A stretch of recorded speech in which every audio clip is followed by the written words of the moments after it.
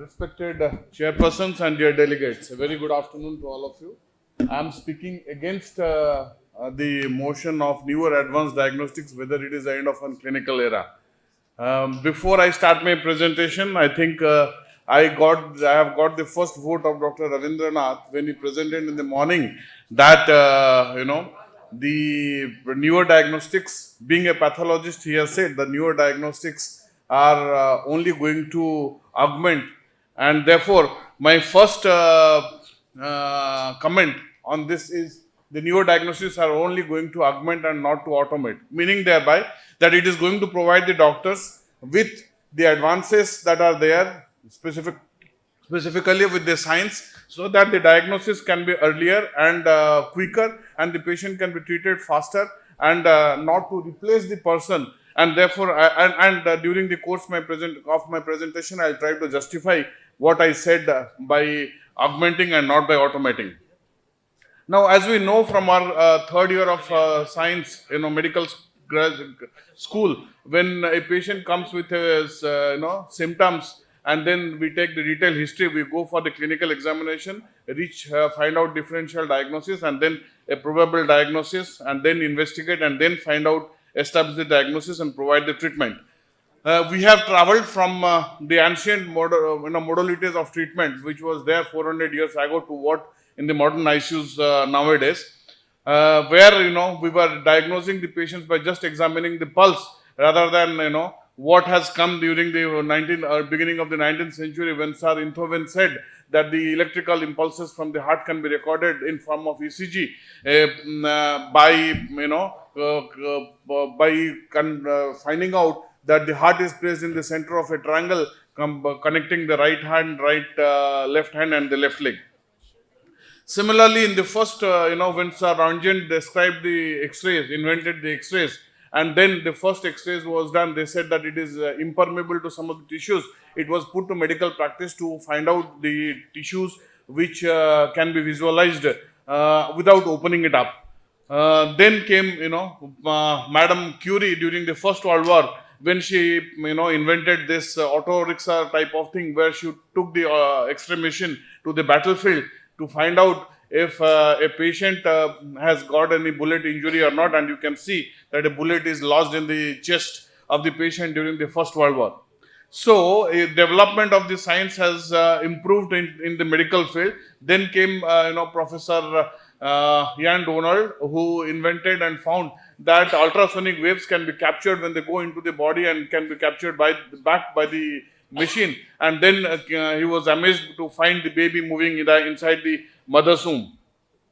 Then came the the CT scan, where Professor Sir Hounsfield was given the Nobel Prize for finding out the CT scan machine, where the section of the bodies can be done without even opening it up, and then you can have a different, definite diagnosis. Around the same time, around the 80s, came the MRIs and also the PET-CT, where it could be detected the presence of the tumor cells or the cancer cells in the human body without localizing them with the use of the radioactive isotopes like the fructodeoxyglucose. And then the automatic analyzers were there, where we have been able to investigate and find out the blood samples, hemoglobin, TLC, and other parameters being done without going through the hemoglobinometer or the WBC pipettes, which you used to do it in our physiology classes. And the analyzers have come, and nowadays the things have come where you can, even without the investigations also, you can put your hand, and then with the sensors you can detect the hemoglobin level and the other blood parameters. But what has not changed over the years is from the black and white era to the color era, that the patient coming to the doctor and being examined by the doctor. And if you take a person, this is a common thing which you find in the internet. If you take 5 blindfolded people and try to examine an elephant, 5 people will give 5 different opinions. And unnecessarily, if you are Googling to find out about a condition, it is going to add to your stress. And the AI, hospital which has been, developed in China, which you would have heard about it, what they do is, the patient goes there, writes the symptoms, gets some medicines for there. but how do you elicit the clinical signs which are monitored by the patient, by the doctor, and from where do you get the sympathy and the compassion that you get from the doctor. You might have remembered this movie Robo, where Chitty goes and saves a girl from the fire, but unfortunately the girl commits suicide because he forgets to put a cloth on her, and that is what the doctors do while examining the patient. Not only they provide the treatment to the patient, but also they show the empathy and the communicate and compassion to the patient. And medicine is not just an form of science, but it's also an art. Physician are the primary care providers who make the diagnosis and prescribe the medicines. Clinicians are of paramount importance and cannot be undermined under any circumstances, and therefore the future is always going to be collaborative, where the future healthcare is about not replacing the doctors, but about augmenting the performance of the doctors. Thank you. Dr. Uday, you can have 1 minute for rebuttal each. 1 minute. Thank you, Open 2 I minutes will for adopt audience. your that. We all using mobiles, and we need to keep updated our mobile data. If we don't update our mobile data, it will be of no use. So technology teaches us that we need to be updated.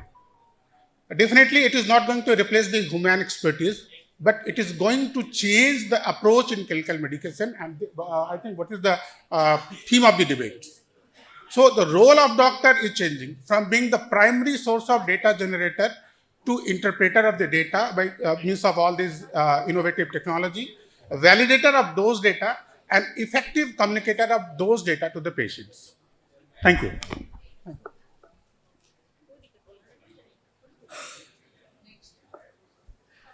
As we have seen, there is a progress of the science in the physiology, in the physics, and that has been implemented in the human treatment, because what we want is the treatment should, the patient-centric care should increase, and the patient is provided and gets the benefit of the researches that are going on. And that is how, as you have seen in today's presentation also, the investigation, specifically the in the pathology, where they are going into genetics, genetical markers, and then the cytogenetics, where they are investigating and finding out the genetic the genesis of the disease and the cancer cells, and targeting them with the medications which are available. So the treatment part of it, the inclusion of the medical investigation facilities, or whatever is developing in the future, has to be incorporated into the medical field, and that is how we can also give a better patient care, and the doctors are also going to be the prime importance in providing that. Thank you. Thank you.